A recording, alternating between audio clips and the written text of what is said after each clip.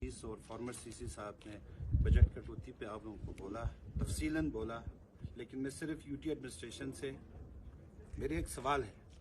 सवाल ये है कि हिंदुस्तान में जितने भी स्टेट्स या जितने भी यूटीज हैं, उन सारे स्टेट्स और यूटीज में आपने कई परसेंट इस साल बजट जो एनुअल बजट होता है उसमें आपने बढ़ा दिया।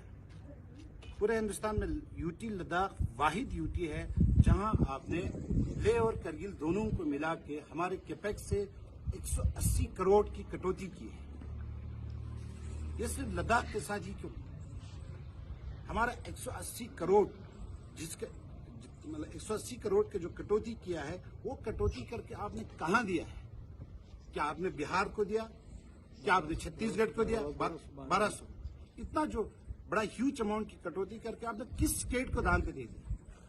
ये हमारे करगिल और लेह के आवाम के हुकूक के साथ नाइंसाफी है।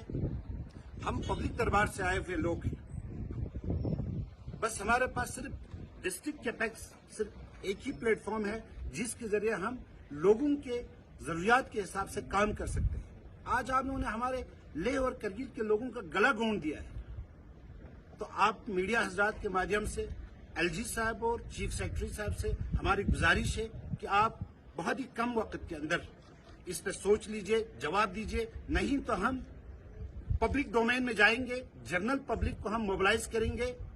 हमें जिस किस्म के हालात से भी फेस करना पड़े अपने हुकूक को लेने के लिए, वो हम करने के लिए तैयार है। हम डरते नहीं है, हम पीछे हटने वाले नहीं है, ना हम कोई जनरल काउंसिल का मीटिंग होने देंगे। ये आवाज आप लोगों के जरिए यूटी एडमिनिस्ट्रेशन तक पहुंचना चाहिए। ये हम लोगों का फैसला है एलएचडीसी करगिल का, जिसमें आपके 29 काउंसलर्स है, उसमें से तकरीबन आज 99 काउंसलर्स कुछ तो अभी यहाँ मौजूद नहीं है, उनमें से बहुत सारे काउंसलर स्टेशन से बाहर है। उनको हमने वर्चुअल मोड पे लेके हमने उनके साथ मीटिंग किया है, सारे सबों का कंसर्न लेके, सबों के राय मशवरे से आज ये प्रेस कॉन्फ्रेंस के जरिए हम यूटी एडमिनिस्ट्रेशन को अपना जो इंटेंशन है हम लोगों का वो आप लोगों के जरिए क्लियरली हम पहुंचाना चाहते हैं। अगर हमारा कटौती किया हुआ रकम करगिल और लेह को वापस दिया तो ठीक, नहीं तो हमें इस प्रोसेस को जहां तक बढ़ाना पड़े, जिस लिमिट तक भी हम जाना पड़े, हम करगिल के सारे स्टेक होल्डर्स को लेकर हर करगिल के हर मोहल्ले में जाकर हर एक को हम